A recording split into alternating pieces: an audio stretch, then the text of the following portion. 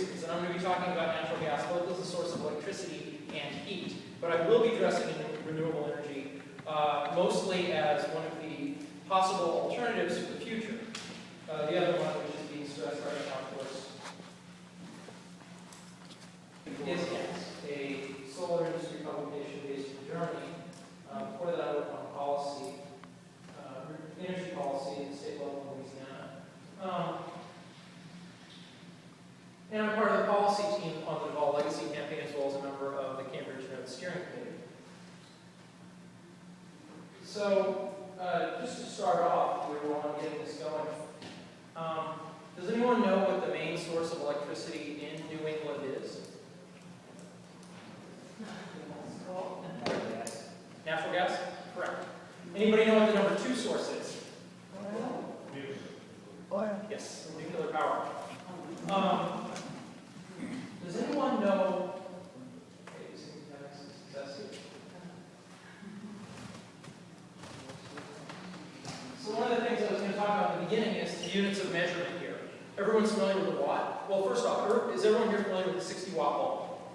Right? That's 60 watts. The old-fashioned incandescent. The old-fashioned incandescent 60-watt bulb. I don't know what the measurement is for one of those newfangled. 15. It's 15. Okay. Well, 1,000 watts is a kilowatt, and 1,000,000 watts is a megawatt, and 1,000,000,000 watts is a gigawatt. Okay? So I'm going to be using those terms megawatt and gigawatt. Another unit of measurement that I'm going to be using is kilowatt hour. Does anyone know what a kilowatt hour is? 1 kilowatt capacity produced for over 1 hour. Right. Exactly. So when you're talking about kilowatt hours, and likewise megawatt hours, gigawatt hours, and actually terawatt hours, which is 1 trillion watt hours, or 1,000,000,000 kilowatt hours. And typically we use about, the average single family home in the United States uses about 800 to 1,000 kilowatt hours per month. So, at first I was going to talk about Massachusetts, but then I decided to talk about New England. And the reason is that New England is really a cohesive unit in terms of electricity.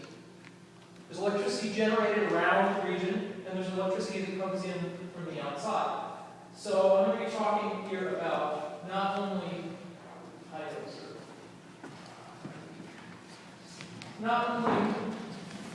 the New England,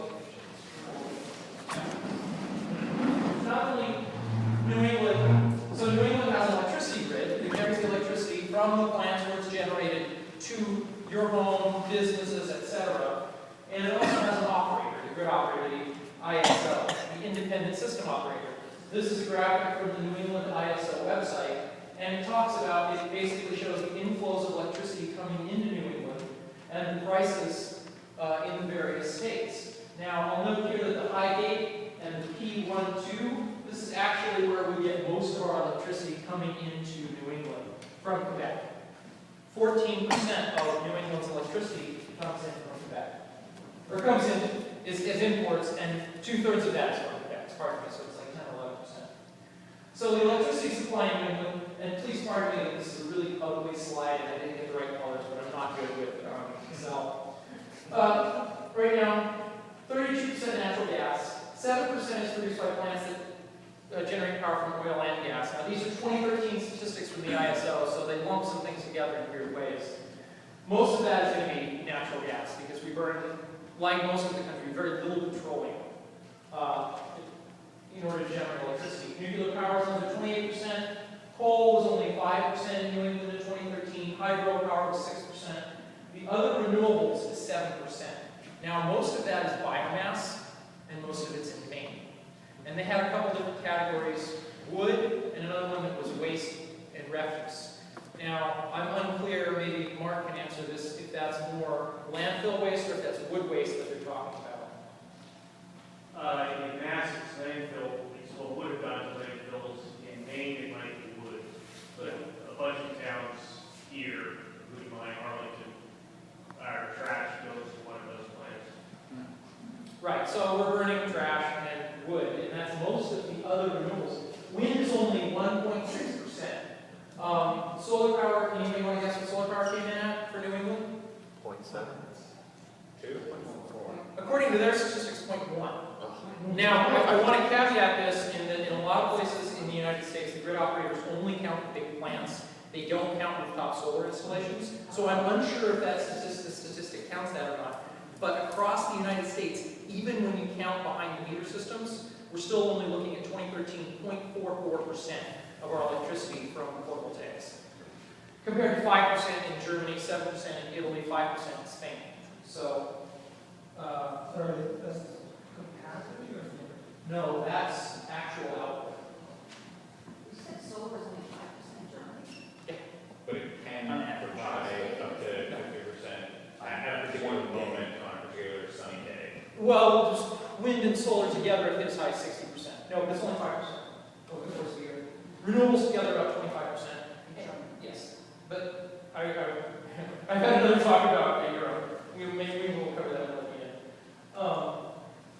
Compared to the United States electricity supply, this is what the U.S. generated in 2012, last year that I had numbers for. Coal was 37%, natural gas 30%, nuclear 19%. So compared to the rest of the country, New England uses much less coal. We use slightly more nuclear power. Or we use more nuclear power, we use slightly more gas, and similar amounts of renewables, and much more imports. So if we look at the individual states within New England, we see really different things. In Massachusetts right now, natural gas is 68% of the electricity supply, whereas Maine over here, that biomass is making up almost a third of their electricity generation. Hydroelectric, 23%, so more than half of the generation in Maine is renewable. Now, if you look at Vermont, it's 3/4 the Vermont Yankee nuclear power plant, but of course Vermont has a population of only 600,000 people, so. Yes, we'll get that, just a few slides here. So, nuclear power. Nuclear power plants tend to be very large, centralized. They use a fission process to basically deep water create steam to run turbines. There are 4 nuclear power plants in New England. The Vermont Yankee, which is closing in 2014. The Seabrook plant on the edge of New Hampshire. The Pilgrim plant in Massachusetts, and the Millstone plant in Connecticut. Now, the Millstone is, I want to say, 2.1 gigawatts. Vermont Yankee and Pilgrim are between 600 and 700 megawatts. And Seabrook's 1.2. So Millstone is 4 times as big as Vermont Yankee and Pilgrim, and twice as big as Seabrook. So they're fairly different sizes. Any questions? Can you give rough output from the nuclear plants? Are they each 1 gigawatt? Well, or no, 600 to 700 megawatts at Vermont Yankee, and Pilgrim 1.2 gigawatts at Seabrook, and 2.1 gigawatts at Millstone. Now, one thing to keep in mind about nuclear power plants, they run pretty much all the time, except when they're taken down for maintenance or repairs, in which case they produce no electricity. So they're considered baseload. So Vermont Yankee is supplying 4 to 5% of New England's electricity because it's running all the time, or almost all the time.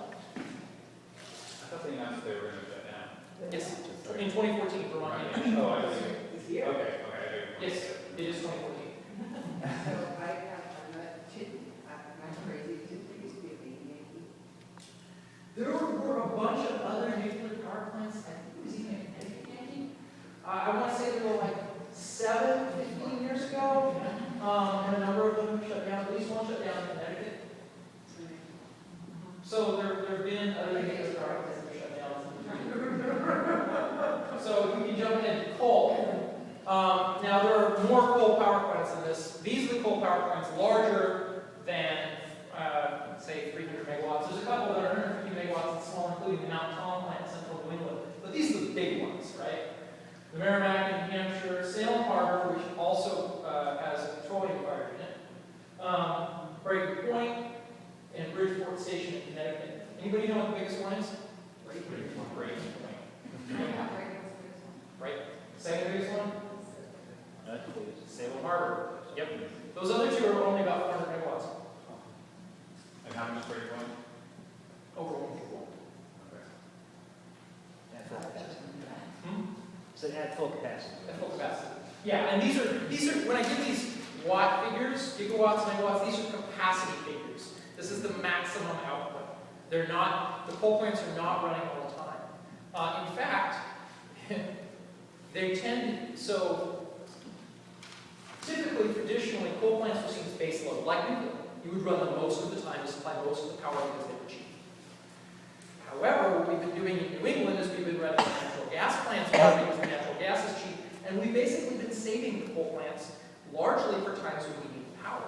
We've been running them less and less. The capacity factors, the amount that these plants actually run has been fairly low, which is why, despite these 4 plants and multiple smaller plants, we're only getting 5% of our electricity from coal in 2013. Other questions? Yeah, how is New England accounting for the power that's lost when they shut down? We will get to that. Right now I'm going to talk about, and I should have explained this earlier, right now I'm going to talk about the current state of the system so we're all on the same page about where we are now. Then I'm going to talk about the changes. So, next we're going to get to natural gas in New England. Now, natural gas is significant in that coal, nuclear power, they're used for electricity. Natural gas, we're using it for heat and electricity. About 50-50 right now. Here's a chart of how we use it seasonally. Now, the blue lines there is, let me try to get this right, residential and commercial use. This includes heating. So you see the big spikes in winter. The green is for electricity production. See the smaller spike in summer? That's air conditioning. That's cooling. So what we have here is a very strongly seasonal pattern of intense natural gas use, right? And again, when you average this all out, it comes out to about 50-50, heating and electricity. The use of natural gas in electricity is increasing. Now you'll notice that this number is higher than the 32 to 39% that came in earlier. That 32 to 39% included the 14% imports. So when you get down to it, once you take out that 14% imports, we're up about half of our electricity these days that we generate here from natural gas. And it's been rising sharply since 2001. We actually derive more energy in New England from burning natural gas than gasoline. I want that one to sink in for a second. Yep. All the cars, all the buses, everything else. There's the amount that we're using for natural gas, heating and electricity. We also use a fair amount of fuel oil. About a third of the building residences in Massachusetts are heated with fuel oil, which is something that I think everyone is trying to get rid of.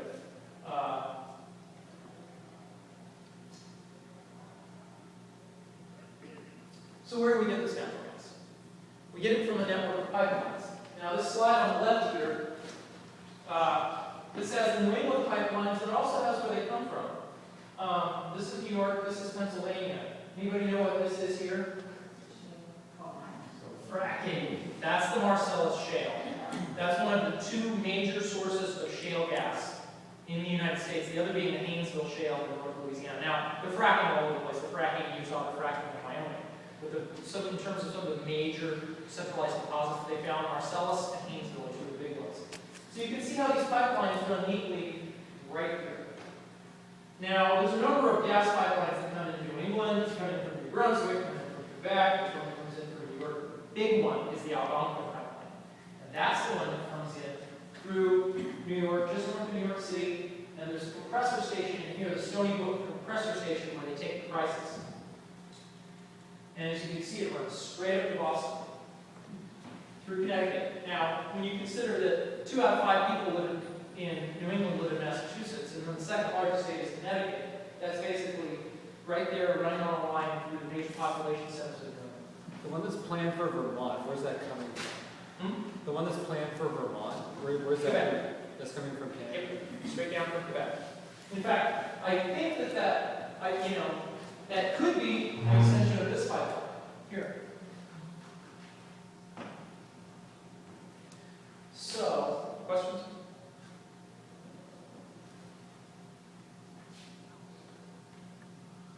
Oh, so how much are we using for that Algonquin pipeline? Well, we're using it pretty much in capacity. You can see here around 2000, 2005, we weren't using as much. 2011, we started using more throughout, except in the winter, of course.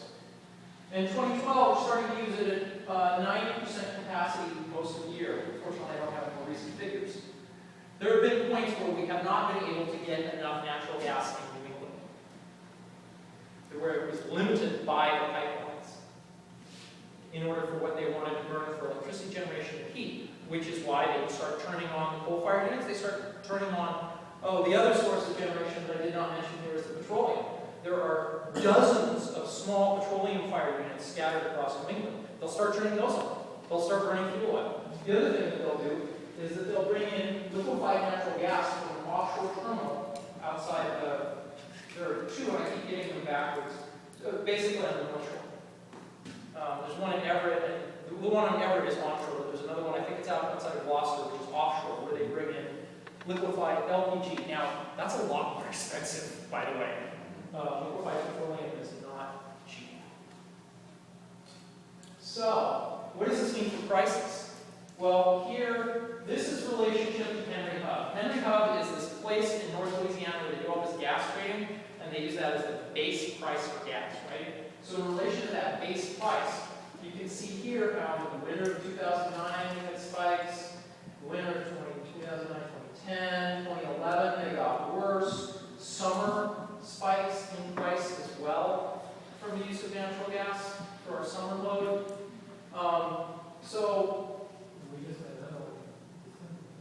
So we're paying more, right, we're paying a lot more. Now this only goes up to 2012. As Clint mentioned, we had big spikes in November. We're paying a lot more than they are at Henry Hub for natural gas during these times. And this is why your power bill goes up in November. Is because they're paying that much more for the natural gas that come in. And because they're running old, inefficient coal and petroleum-fired units to meet demand. Because the natural gas is split from the heating to the electricity generation. Now, you would think Henry Hub would be this stable source of cheap gas, right? We've been told about how natural gas is going to be cheap forever. This is what natural gas prices actually look like over the last 15 years. And we don't have 2003 here. So, since they started producing heavily in the Marcellus and Haynesville shales, right there about 2008, 2009, the price went down, stayed between $3 and $6 an MMBTU. But before that, we had incredible spikes in the price of natural gas. I leave it to your discretion if this is going to happen again when shale gas production declines in any of these regions. Or we begin exporting shale gas. So, when I talk about natural gas price fluctuations, this is what I'm talking about. It becomes much, much more expensive at times. And it's highly unpredictable. Questions?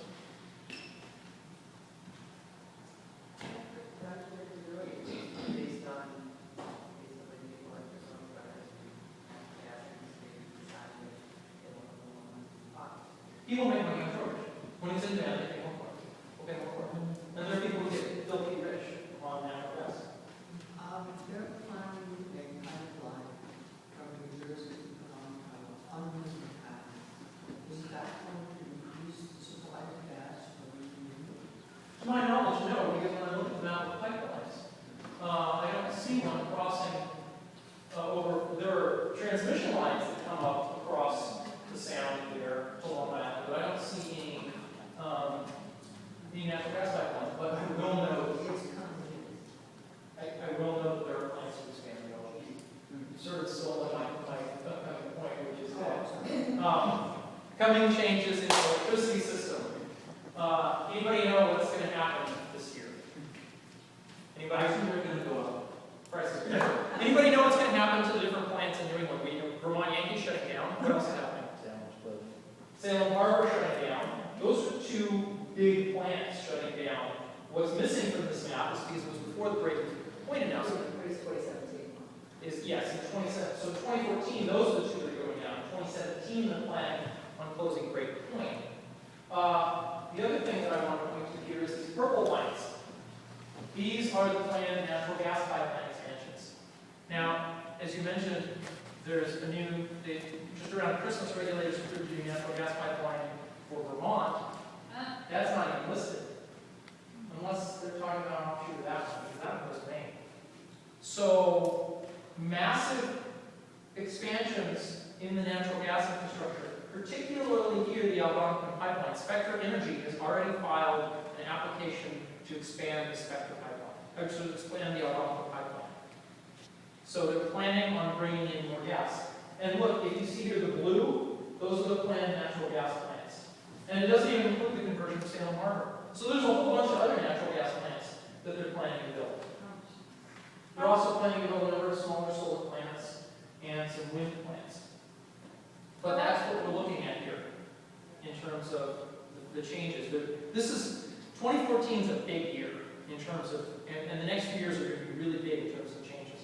You talked about supply, but what about predicted demand? Hmm? What about predicted demand? There's a general expectation that demand will increase in New England, but from the numbers that I have looked at, well, Mark, do you know about this? I don't know all the other states. The projection for electric demand in Massachusetts, because of the actions of the state, is that it's going to be falling. Slightly. And it has been falling 3 out of the last 4 years, but again, it's like, So having lived in northern New Hampshire, I mean, I just been listening today on the radio about the northern pass, and I don't know how that comes into this. But it's always been this like hysterical joke for me that in Massachusetts,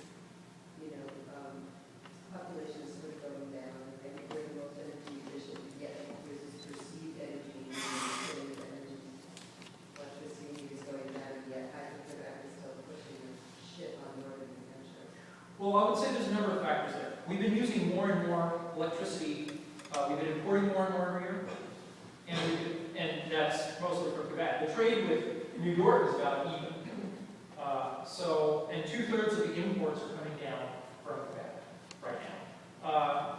Also, I would take into account the fact that we're closing down nuclear, and that right there, Vermont 80, that's 4 to 5% of the electricity, because it runs 24/7, unlike the others, or 24/7 until shut down for maintenance or repair. Salem Harbor's big, Great Point is big. We're talking about major shutdowns. The other factor in terms of natural gas is that we're getting more and more people off of fuel oil and onto natural gas for heating. So that's an increased demand for natural gas. Other questions? Yes? Yeah, what effect on wildlife or on the landscape does pipeline have? Does what? What's the infrastructure of the pipeline for natural gas? How is it built? Is it above ground, underground, deforestation, or part of that? I don't know that I much about think this. it's all underground. Huh?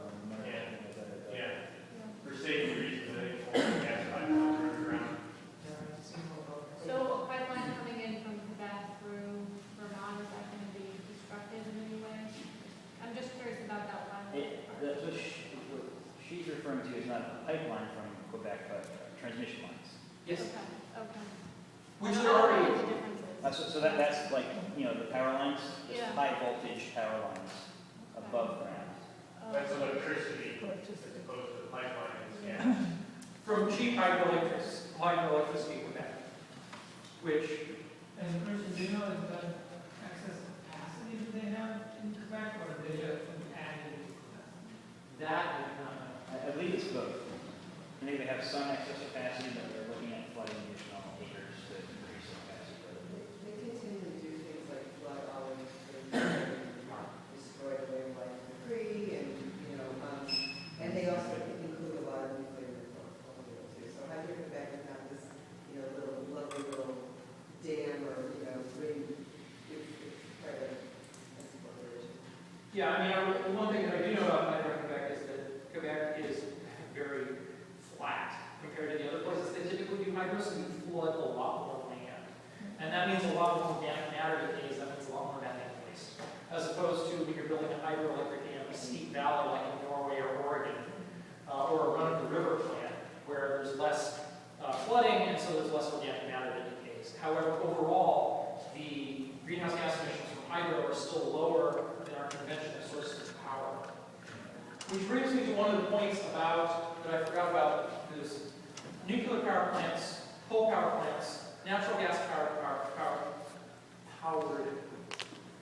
plants are all thermal power.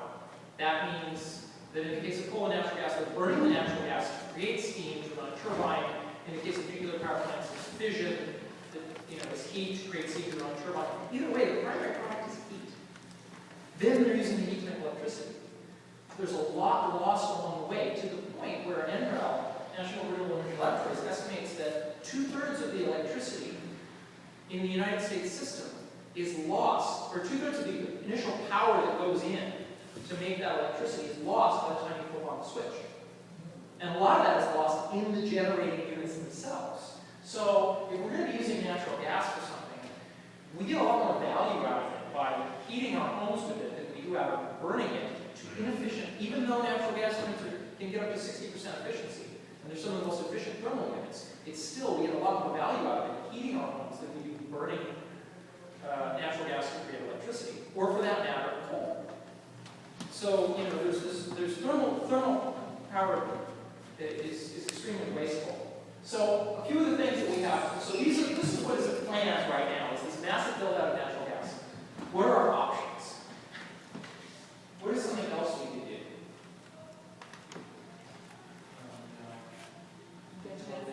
Well, this destroyed my layout, but one of the things that we could do is we could build 4 gigawatts of wind in Maine, because the wind developers that I've spoken to have estimated that there's 4 gigawatts of cheap wind that they can build in Maine and bring it down.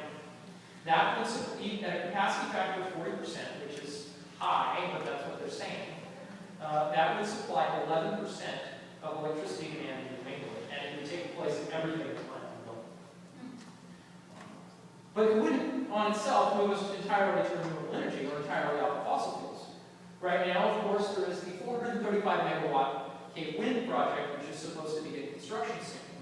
Now, that's 435 megawatts, that's also about 40% capacity factor. Offshore wind is higher than a lot of land-based wind. That's only 1% of the region's electricity. Then there's the solar plants that are being built. Right now, under Governor Patrick's current policies, we're going to get to 2 gigawatts of solar photovoltaics in Massachusetts by 2020. All of them. Some is rooftop, but honestly, under the renewable portfolio standard, it's a lot easier, or it's more often the case that they're going to build in a field somewhere than on the roof. Or landfills. Yeah, a lot is being built on landfills. That 2 gigawatts of a capacity factor, I'm estimating 15%, it's really hard to get accurate capacity factors, will only supply 2% of the region's electricity, 5% of Massachusetts electricity. Now that's big, that's as big as Germany, but keep in mind, so let's just say we build all 4 gigawatts of renewable energy. We build 10 of those Cape Wind style plants off the coast of New England, and we build all 2 gigawatts of solar. That right there is 22% of our electricity. With the existing 14% renewables, we'd be up to 38. We'd be up in the neighborhood of Spain and some of the nations that have a lot more renewables. With the 14% brought in from Quebec, we'd be at about, we'd be at 36 with the 35% with the existing renewables. With that 14% in from Quebec, we'd be about half renewables and imported power, and we'd still be getting 50% of our power from thermal generation. If we kept all 3 nuclear power plants online through 2020, that would be 24%. We'd still be getting 26% of our electricity from natural gas. So that's ambitious to build 4 gigawatts of wind in Maine, and it may not happen by 2020. And it's even more ambitious to build 10 Cape Wind style plants. But this, this is essentially what we're looking at now, unless that's in many ways kind of the best case scenario under current plans. Any guess on how much we can afford for efficiency and production? I would ask the Senatus about that. And that's our other option, is reducing electricity usage. And the nations that have been really serious about renewable energy in Europe are also massively reducing solution is the solar water heating. Get rid of that, the use of natural gas and electricity for water heating. It's 15% of the average home's bill by, installing solar water heating. We could upgrade our codes. Right now, our energy efficiency measures are basically based upon the cost of gas, which may not be best measure. We may need more ambitious code. These are all things we propose to government after. Definitely efficiency is going to have to be part of any sort of serious move to limit carbon reduction or carbon emissions. I know they cost like $20 billion or something, but has anyone proposed anything as far as like a modern nuclear plant? No, not to my knowledge. Okay. Not in New England. Not in New England. There's 2 being built in Georgia. And that's the only thing you find out is Those are the only 2 that are being built, or have been for 30 years. Georgia. and all of those are going to end the plan. Yeah, I mean, that's something to keep in mind. Vermont Yankee was 41 years old. Or it's 41 years old, and it's had major problems. Since we haven't built any in 30 years, Plymouth is old, Millstone's old, Seabrook is old. Sooner or later, sort of what's been happening in the United States is as these plants get older and older, they start to reach a point where they break down more and more, and where the operators just say, hell with it, I'm not going to keep putting money into this, we're going to shut it down. And so it's often the decision of the operators. So we don't know when Millstone, Seabrook, and Pilgrim will go offline. Do we know roughly how many windmills 4 gigawatt transits? How many windmills Like, or wind turbines 4 gigawatts transits? all depends on the size of the turbine. I mean, Siemens has made, they make wind turbines that are, I see them, that are 4 kilowatts. Siemens makes offshore turbines that are 3 megawatts. And so you get turbines all in between there. They're all different sizes. They like to build the bigger ones these days because they get more power out of it. If you assume 1 megawatt turbine, that's 4,000. If you assume one 1 megawatt turbine, that'd be 4,000 turbines. But that's on a small number of wind turbine, it'd be 4,000 or more. Yeah. But Maine's a big state, and a lot of the developers are looking at a lot of commercial forest land in northern Maine, where frankly, there's just not a lot, there's a few neighbors, the land's cheap, there are already roads. And the nice thing about wind turbines is they can be co-located, so you don't have to chop down the entire forest Nope. from the turbines, or you can have cropland and have turbines on the cropland and still have all the crops around the turbine. It's not like a nuclear plant where you just have to, the nuclear plant takes up the entire site. So, while they're planning wind in Vermont, they're looking at Green Mountains, which is a national forest. In Maine, a lot of that, it's privately owned commercial forest land. They logged it before, they're going to log it again. They're just waiting for the trees to get big enough. And they've already got the roads and they're logging. So, the gentleman brought up a question about nuclear power plants. It takes a minimum of 7 years to license and build a nuclear power plant. So if we decided we wanted to build a bunch of nuclear power plants today in New England, and everything went perfect according to schedule, they would not be online until 2021. So that's something to consider when we're talking about using nuclear power to address CO2 emissions. I do want to say my sources for this. I got a lot of information from the EIA. The U.S. Energy Information Administration is part of the Department of Energy. EIA.gov. They've got a whole section on Massachusetts. I just pulled a lot of that straight off their website. The New England ISO is a little bit more difficult to navigate. But you can watch real time how much your power's cost. Go to the ISO website sometime when it's really cold. And watch the power spike to above 30 cents, or $300 a megawatt hour, which is 30 cents a kilowatt hour, which is twice what you're paying for retail electricity. Or sometimes it gets up as high as 40. The imports will be expensive, the power here will be expensive. As soon as it gets cold or hot, you'll get it. The American Council on Renewable Energy did this great report that I pulled a bunch of those early graphics from. Highly recommend it for. So the question that Mr. Sullivan asked earlier, if we do not build any natural gas plants, what do we fill in, like, how would you answer that? Well, I answer again, 4 gigawatts of wind in Maine.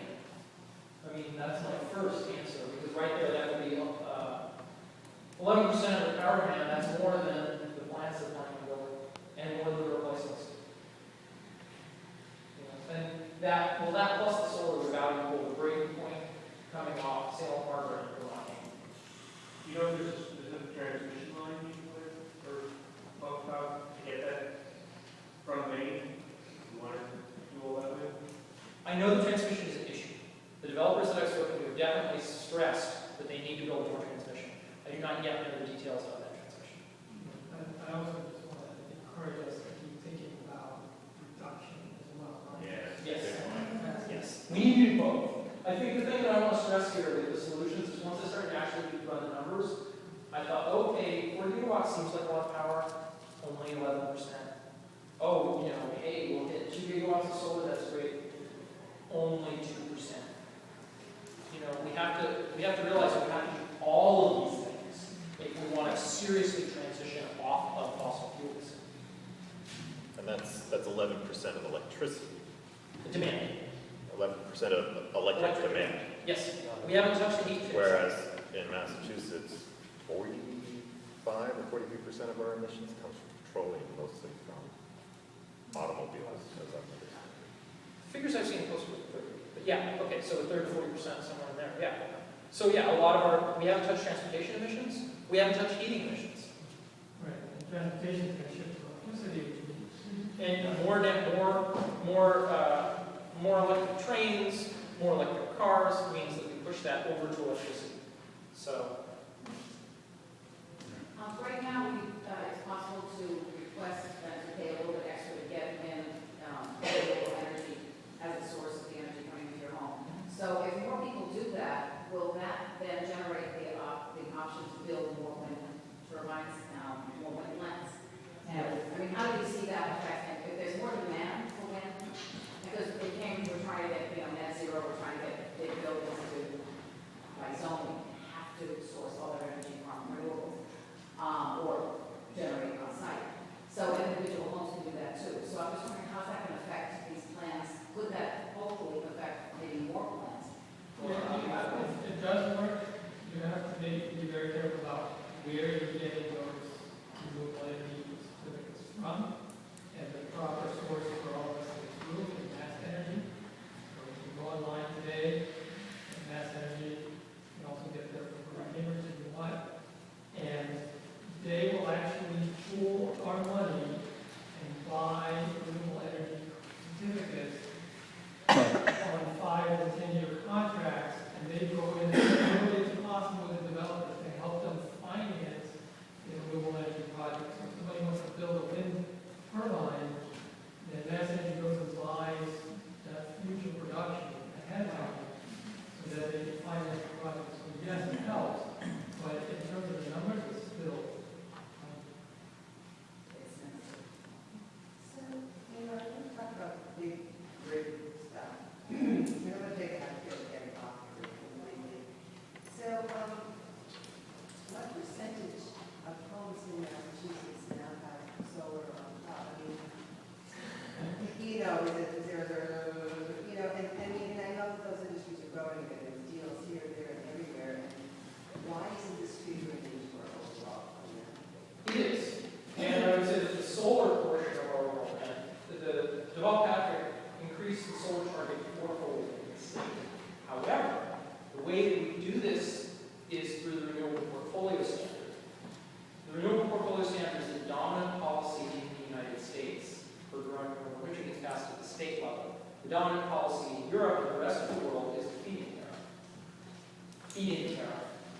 The thing about the renewable portfolio standard is it tends to produce what is the lowest cost per kilowatt hour.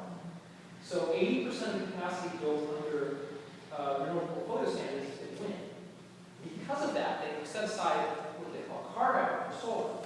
And by the way, I want to point out that I am not the only person who knows about these issues here. Quentin and Mark are also on the policy team. They're also very knowledgeable. So Mark, feel free to chime in at any time. But so we've got this carve-out, and Massachusetts Governor Patrick has increased it fourfold to 2 gigawatts, which is pretty big. The thing is that it still costs more to put rooftop solar on it than it does to build a solar plant. In terms So of, it it costs more on a cost per watt basis to do rooftop solar than it does to put a bunch of solar panels out in the field. Right, and So, yes, we're doing Right. it. Actually, put my money into solar panel field rather than my rooftop. there's two No, I reasons. don't think so, actually. There's two important reasons for that, and one is just the economy of scale, so putting it together, it's cheaper. But the other one that's more insidious is that if you actually go off the grid, it's gonna cost you more than twice as much as just putting panels on the roof. Okay, this is my roof, I just turned on my panels on Tuesday. I'm actually passing on the cost of doing that to all of you guys. Because I'm becoming a producer instead of a consumer, and so NSTAR is getting less money, so they have to pass on that cost to you guys. So, there's some market dynamics here that we need to sort out.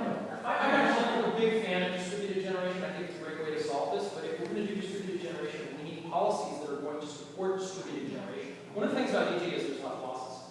You don't have the transmission losses of power that's lost from your power plant to your home, because you're using the electricity there, right?